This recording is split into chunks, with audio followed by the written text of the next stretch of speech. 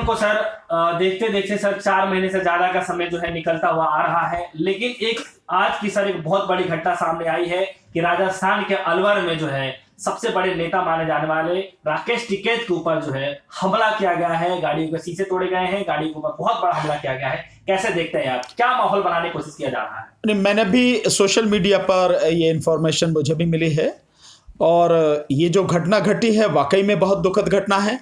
अगर किसानों के नेता पर इस तरह से हमला किया जाएगा, भीड़ हमला करेगी या गोली चलाई जाएगी तो किस तरह से, फिर तो मतलब कोई व्यक्ति आवाज उठा ही नहीं सकता। क्या ये उसी मतलब श्रृंखला में है? कहीं ये उसी श्रृंखला की कोई एक कड़ी है? नहीं कि भाई कोई भी व्यक्ति अगर आंदोलन कर रहा है या किसी के साथ में जनता पूरे देश का किसान मजदूर जुड़ता चला जा रहा है तो उसे जो है इस तरह से हमला करके रास्ते से हटाने की क्या प्लानिंग है क्या? तो मैं ये मानता हूं ये बहुत ही गंभीर घटना है और ये केवल राकेश टिकैत जी के ऊपर नहीं, मैं मानता हूं ये पूरे किसान आंदोलन पर बड़ा जबरदस्त हमला है। इसके विषय में प्रॉपर तरीके से इन्वेस्टिगेशन होनी चाहिए, पूरी जांच होनी चाहिए और जो भी लोग इसके लिए दोषी हैं, न केवल वो जिन लोगों ने हमला किया है बल्कि इसके पीछे कौन है, हमला कराने वाला कौन है, असली जो है इसको संचालित करने वाला कौन है, किसका दिमाग इसके पीछे है, किसकी मानसिकता है, किसकी सोचे समझे साजिश के तहत इसको अंजाम दिया गया घटना को, इसकी पूरी तरह से जांच होनी चाहिए।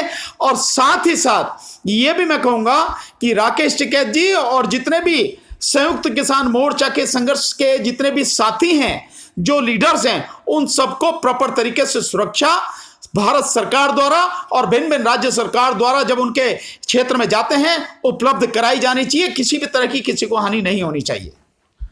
लेकिन बाल प्रताप जी, सवाल यहाँ पे ये भी उठता है कि जब किसान आंदोलन जब से देख रहे हैं हम लोग, जब से कवर कर रहे हैं हम लोग, बार बार किसानों के जो कार्यकर्ता हैं वो बार बार स्टेज पर आकर कहते हैं कि हमारे ऊपर हमले किए जा रहे हैं, हमारे ट्रैक्टर को रोका जा रहा है। लेकिन जब किसान के बड़े नेताओं पे जब इस तरीके की खबरें जब सामने आ रही हैं तो कैसे देखते हैं आप कि जब बड़े नेता सुरक्षित नहीं है तो कार्यकर्ता कैसे होगा? नहीं, आप बिल्कुल सही कह रहे हैं। देखिए, ये बात आपकी बात से मैं सहमत हूं और हम लोगों ने बार बार ये बात कही भी है। ये हमले जो लगातार हो, जैसे अगर आप शुरू में देखें तो जो अब इसके उत्तर प्रदेश के तराई क्षेत्र से हैं या यूं कहें कि उत्तराखंड से की तरफ से आने वाले जो किसान लोग थे उनको किस तरह से रोका गया, उनके ट्रैक्टर्स को, ट्रॉलीज को किस तरह से रोक के रखा गया और किस तरह से उन पर हमले भी किए गए।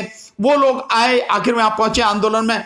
और अब ये जिस तरह की बात है कि लगातार हमला हो रहे हैं और ये एक बड़ा गंभीर, अब आप इसी बात से अंदाजा लगा सकते हैं कि अगर किसानों के इतने बड़े अगर नेता सुरक्षित नहीं है, उन पर हमला हो सकता है तो बाकी की क्या स्थिति है। और मुझे इसमें बड़ी गंभीर साजिश नजर आती है। सरकार को पूरी ईमानदारी के साथ में निष्पक्ष तरीके से इसकी जांच करवानी चाहिए और जो भी लोग दोषी हों उनके खिलाफ कड़ी से कड़ी कानूनी कार्रवाई होनी चाहिए और जड़ तक जाना चाहिए। ऐसा नहीं होना चाहिए कि कुछ लोगों को पकड़ के और केवल उनके खिलाफ कार्रवाई कर दी। असली जो लोग हैं जो इस हमले के पीछे हैं, क्योंकि ये एक सोची समझी साजिश के तहत ये ऐसे नहीं हो गया।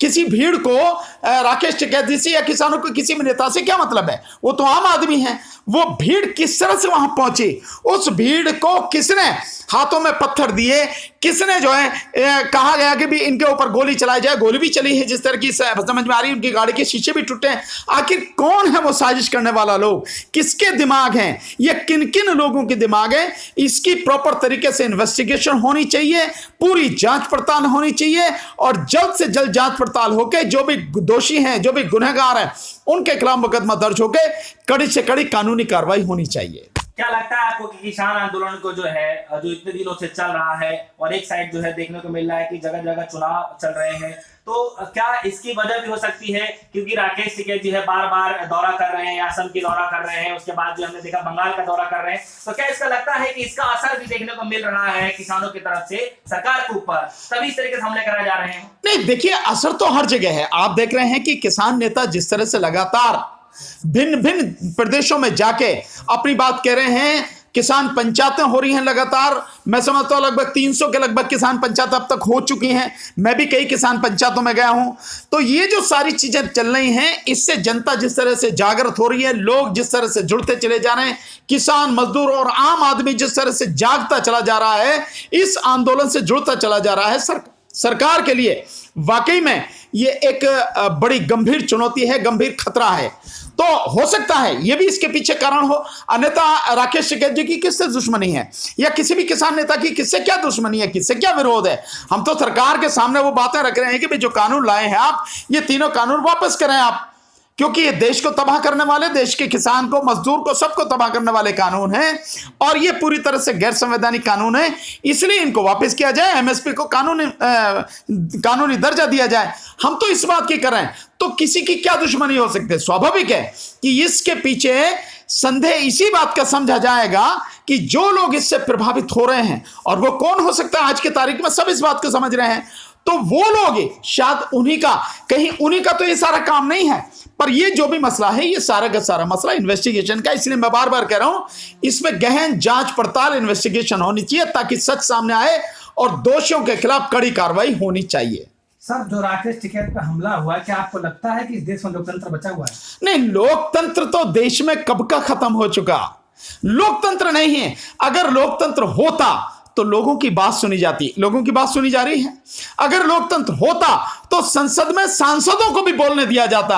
आप देख रहे हैं जिस तरह से किसान बिल राज्यसभा में पास कराए गए, तानाशाही और जबरदस्ती थे। एक तरह से मतलब चाहते थे कि जो एमपी उन पर वोट होना चाहिए, लेकिन नहीं, ध्वनि मत से जबरदस्ती पास करा दिया। तो कहां लोकतंत्र बचा है? और जब कहां लोकतंत्र बचा है, जब इन काले कानूनों के माध्यम से सरकार, केंद्र सरकार यानी मोदी सरकार, इस देश का संघीय ढांचा खत्म करना चाहती है। यानी जो कानून बनाने का अधिकार उसको नहीं है, जिस कानून को बनाने का अधिकार केवल और केवल राज्यों का है, राज्यों का अधिकार छीनकर आप कानून बना रहे हैं, तो आप इसके संघीय ढांचे को खत्म कर रहे हैं। यानी सरकार हर ताकत को, पूरी ताकत जो है, सब कुछ केंद्र के हाथ में रखना चाहती है, अपने हाथ में रखना चाहती है, राज्यों को खत्म करना चाहती है। और इसका प्रभाव, जैसे मैंने कई बार बताया भी है, इसका प्रभाव यह भी है कि जब आप सरकारी मंडियों को खत्म कर देंगे, तो सरकारी मंडियों को खत्म होने के बाद उनसे होने वाली जो हजारों करोड़ रुपए की आय है, जो राज्य की आय का एक बड़ा स्रोत है, वो भी खत्म हो जाएगा, और जिसकी वजह से राज्यों को केंद्र पर निर्भर रहना पड़ेगा। इसका मतलब यह है कि आप गैर संवैधानिक तरीके से कानून बना रहे हैं और ये गैर संवैधानिक तरीके से ही इसको खत्म कर रहे हैं, उनकी राज्यों की जो आय है उसको खत्म कर रहे हैं। एक चीज और आप यहां पे ध्यान रखें, आपको पता लग जाएगी कि वाकई में लोकतंत्र नहीं है, कि जब केंद्र ने जीएसटी बनाया और उसमें स्पेसिफिक था कि केंद्र का और राज्य का हिस्सा इस तरह से बांटा जाएगा, लेकिन ये केंद्र सरकार, जो मोदी सरकार, इसने जीएसटी कलेक्शन के माध्यम से पूरे देश से पैसा तो कलेक्ट कर लिया, टैक्स तो कलेक्ट कर लिया, लेकिन राज्यों का जो हिस्सा है वो राज्यों का हिस्सा राज्यों को नहीं दिया। तो साफ है कि सरकार इस देश के संघीय ढांचे को खत्म करके देश में लोकतंत्र की हत्या करना चाहती है और राजतंत्र को स्थापित करना चाहती है। सर, जो राकेश टिकैत पर जो आज हमला हुआ है, वो किसान आंदोलन किस तरफ लेकर जाएगा? नहीं, मैं समझता हूं कि किसानों को इस बात के लिए सोचना पड़ेगा और सभी किसान नेताओं को बैठ के बड़ी गंभीरता से सोचना पड़ेगा। आज राकेश टिकैत जी पर हमला हुआ है, कल किसी पे भी हो सकता है, कल किसी को भी मारा जा सकता है। तो इन सारी चीजों पर गहन विचार विमर्श करना पड़ेगा और आगे की हमारी रणनीति कैसी हो, हमारा ढंग, हमारा तरीका कैसा होना चाहिए, और हमारे जितने भी किसान नेता हैं उनकी सुरक्षा की क्या व्यवस्था होनी चाहिए। सरकार को इस तरह इस विषय में सचेत किया जाए कि भाई कोई भी साथी अगर जा रहा, किसान नेता जा रहा, तो उनकी प्रॉपर सुरक्षा की गारंटी सरकार दे, उनको सुरक्षा दे। कहीं ऐसा ना हो कि इस आंदोलन को खत्म करने के लिए भाई हमारे बस की तो सुरक्षा नहीं है, मत जाओ भैया कहीं भी। ये नहीं, ये देश अभी भी लोकतंत्र है, लेकिन इस लोकतंत्र में सबसे बड़ी बात यह है कि व्यक्ति को अपनी बात कहने का अधिकार है और किसान नेता जहां भी जाए उनको सुरक्षा देने की जिम्मेदारी केंद्र सरकार को, राज्य सरकार को निभानी चाहिए। सर, एक बार और राकेश टिकैत के ऊपर हमला हुआ था, जो रात को गाजीपुर बॉर्डर पर बैठकर होता है, आज दूसरी बार फिर से हमला हो गया है। इसका मतलब यह है कि राकेश टिकैत जी को इन्होंने निशाने पर, हो सकता कहीं वही तो लोग नहीं हो भाई, ये भी हो सकता है कहीं वही तो लोग नहीं हो जिन्होंने जब गाजीपुर बॉर्डर पर ये थे उस समय जो वहां आके धमकी दी और वहां से आके सारी भी चीजें की, तो वही तो नहीं है। इसीलिए मेरा कहना है कि प्रॉपर इन्वेस्टिगेशन होनी चाहिए।